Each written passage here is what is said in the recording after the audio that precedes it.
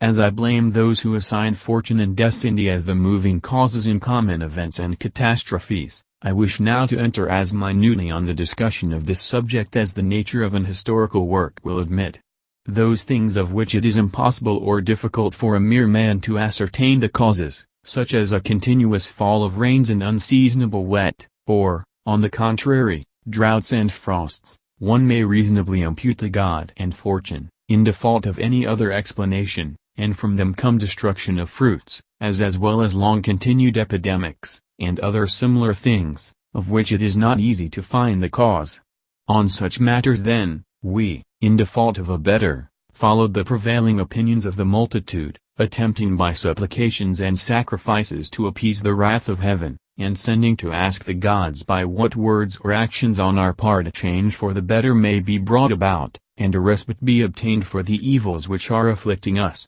But those things, of which it is possible to find the origin and cause of their occurrence, I do not think we should refer to the gods. I mean such a thing as the following. In our time all Greece was visited by a dearth of children and generally a decay of population, owing to which the cities were denuded of inhabitants, and a failure of productiveness resulted, though there were no long-continued wars or serious pestilences among us.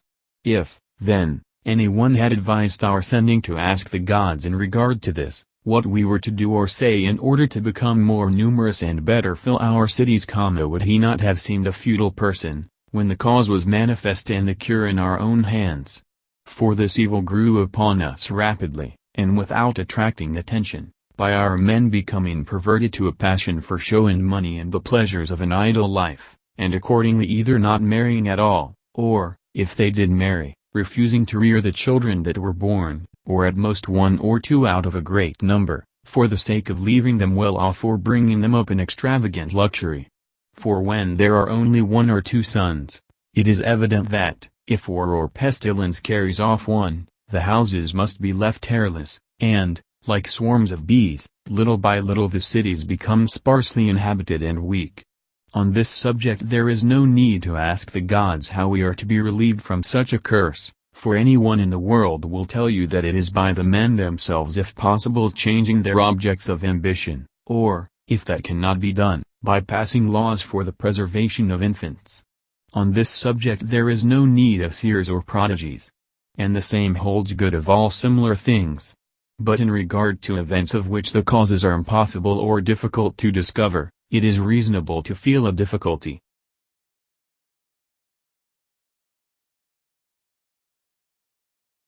Tiberius returned to Rome after the winter when Quintus Sulpicius and Gaius Sabinus were consuls. Augustus went out into the suburbs to meet him, accompanied him to the Septa, and there from a platform greeted the people. Next he performed the ceremonies proper on such an occasion, and had the consuls give triumphal spectacles. And since the nights on this occasion with great vigor sought for the repeal of the law regarding the unmarried and the childless, he assembled in one place in the forum the unmarried men of this number and in another those who were married or had children. Seeing that the latter were much fewer in number than the former, he was filled with grief and addressed them to the following effect. Though you are but few altogether, in comparison with the great throng that inhabits this city, and are far behind the others, who are unwilling to fulfill their duties at all, yet for this reason I praise you the more, and I am heartily grateful that you have shown yourselves obedient and are helping to replenish the fatherland. It is by lives so conducted that the Romans of later days will become a mighty multitude. We were at first a mere handful, but when we had recourse to marriage and begot children we came to surpass all mankind not only in manliness but in populousness. This we must remember and console the mortal element of our being with an endless succession of generations like torches. Thus, the one gap which separates us from divine happiness may through relays of men be filled by immortality. It was for this cause most of all that first and greatest God who fashioned us divided the race of mortals in twain, rendering one half of it male and the other female, and added love and the compulsion of their intercourse together, making their association fruitful, that by the young continually born he might in a way render mortality eternal. Even of the gods themselves some are believed to be male, the rest female, and the tradition prevails that some have begotten others and certain ones have been born of others. So, even among them, who need no such device, marriage and child-begetting have been approved as noble. You have done right, then, to imitate the gods and right to emulate your fathers, that, just as they begot you, you may also bring others into the world. Just as you deem them and name them ancestors, others will regard you and address you in similar fashion. The undertakings which they nobly achieved and handed down to you with glory you will hand on to others. The possessions which they acquired and left to you will leave to others sprung from your own loins. Surely the best of all things is a woman who is temperate, domestic, a good housekeeper, a rearer of children, one to gladden you when in health, to tend you when sick, to be your partner in good fortune, to console you in misfortune, to restrain the frenzied nature of the youth, and to temper the superannuated severity of the old man. Is it not a delight to acknowledge a child bearing the nature of both, to nurture and educate it, a physical image and a spiritual image, so that in its growth you yourself live again?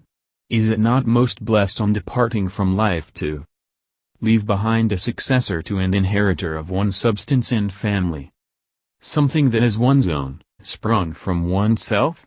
And to have only one's human part waste away, but to live through the child as successor? We need not be in the hands of aliens, as in war, nor perish utterly, as in war.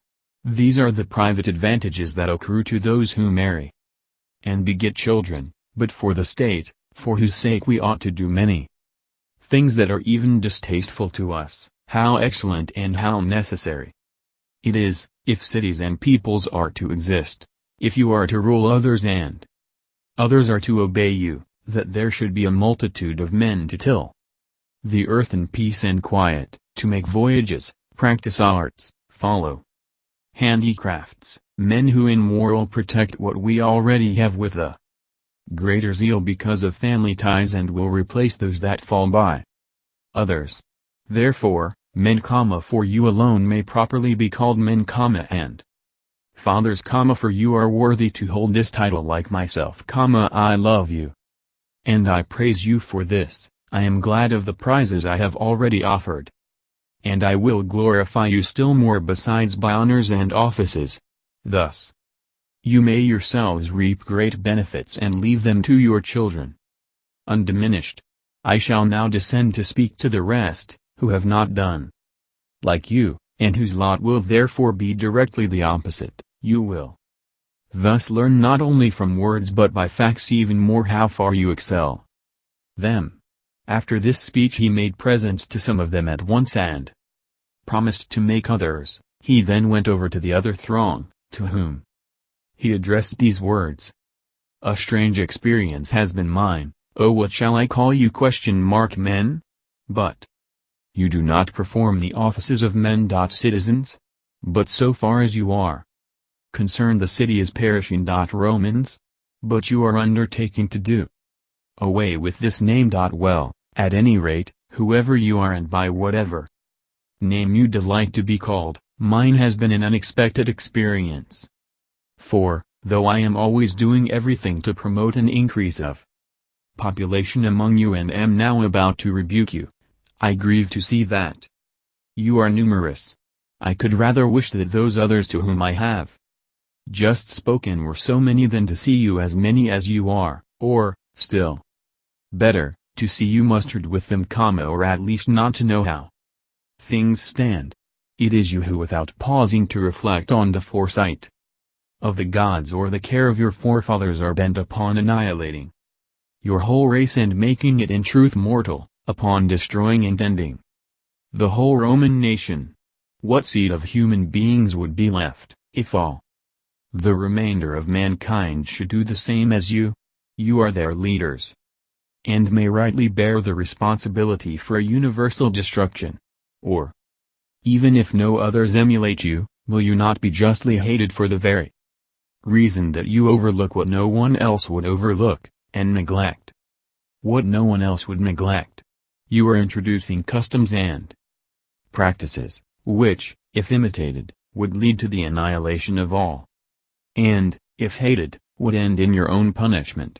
We do not spare murderers because all persons do not murder, nor do we let temple robbers go because not everybody robs temples, but anybody who is convicted of committing any forbidden act is chastised for the very reason that he alone, or as one of a small group, does such things as no one else would do. Yet if one should name over the greatest offenses, there is none to compare with it which is now being committed by you, and this statement holds true not only if you examine crime for crime but if you compare all of them together with this single one of yours. You have incurred blood guiltiness by not begetting those who ought to be your descendants. You are sacrilegious in putting an end to the names and honors of your ancestors. You are impious in abolishing your families, which were instituted by the gods, and destroying the greatest of offerings to them, the human being, and by overthrowing in this way their rites and their temples. Moreover, by causing the downfall of the government you are disobedient to the laws, and you even betray your country by rendering her barren and childless. Nay more, you lay her even with the dust by making her destitute of inhabitants. A city consists of human beings, not of houses or porticos or fora empty of men. Think what rage would justly seize the great Romulus, the founder of our race, if he could reflect on the circumstances of his own birth, and then upon your attitude, refusing to get children even by lawful marriages. How wrathful would the Romans who were his followers be when they considered that they themselves even seized foreign girls, but you are not satisfied with those of your own race. They actually had children even by their enemies. You will not beget them even of women with undisputed standing in the state. How incensed would Curtius be, who endured to die that the married men might not be sundered from their wives. How indignant Hersilia, the attendant of your daughter, who instituted for us all the rites of marriage. Our fathers fought the Sabines to obtain marriages and made peace through the intercession of their wives and children. They administered oaths and made sundry treaties for this very purpose. You are bringing all that labor to naught. Why is it? Do you desire to live forever apart from women, as the Vestal virgins live apart from men? Then you should be punished like them if you break out into any act of lewdness. I know that my words to you appear bitter and harsh. But, first of all, reflect that physicians, too, treat many patients by burning when they cannot recover health in any other way. In the second place, it is not my wish or my pleasure to speak them, and hence it is that I have this further reproach to bring against you, that you have provoked me to this discourse. If you dislike what I say, do not continue the conduct for which you are inevitably reprimanded. If my speech wounds any of you, how much more do your acts wound both me and all the rest of the Romans? If you vexed in very truth, make a change, that so I may praise and reward you.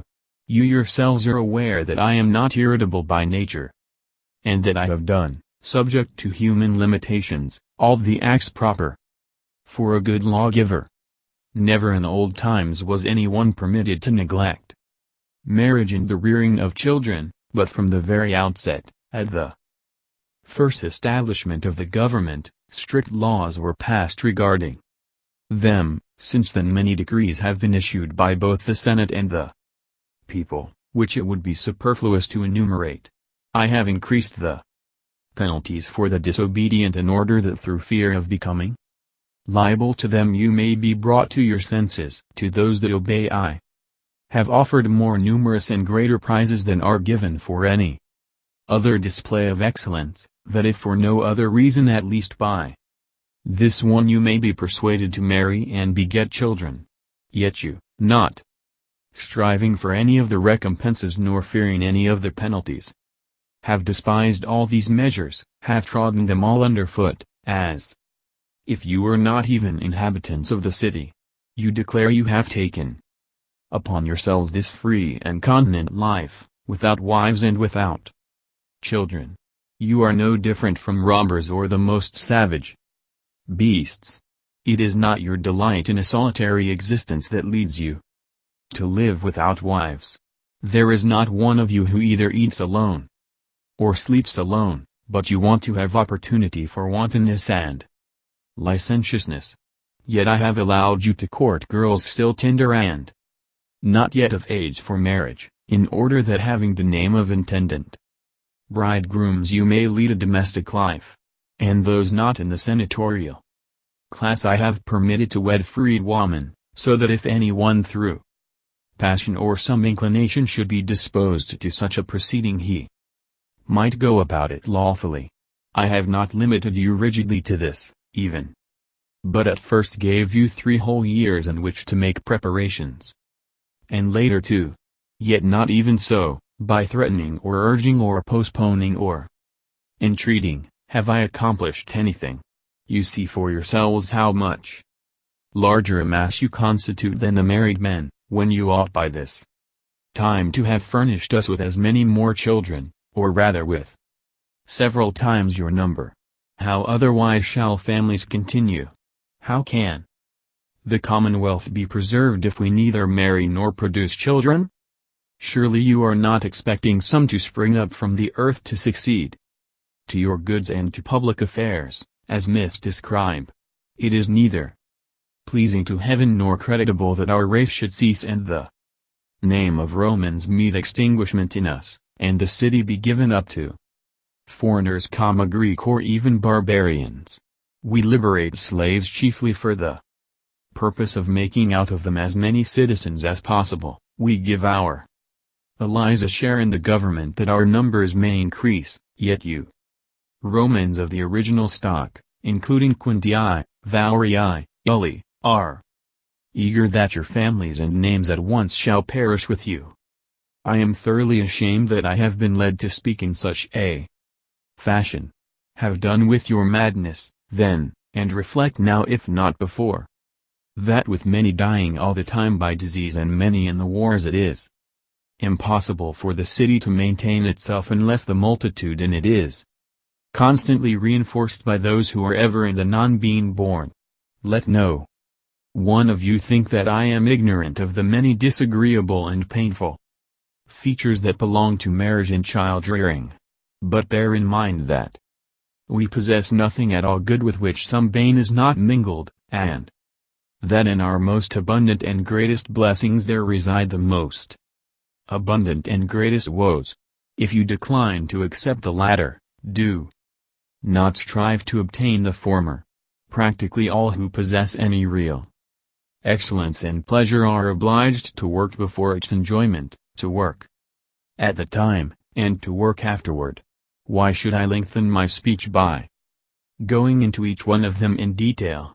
Therefore, even if there are some unpleasant features connected with marriage and the begetting of children, set over against them the better elements, you will find them more numerous and more vital.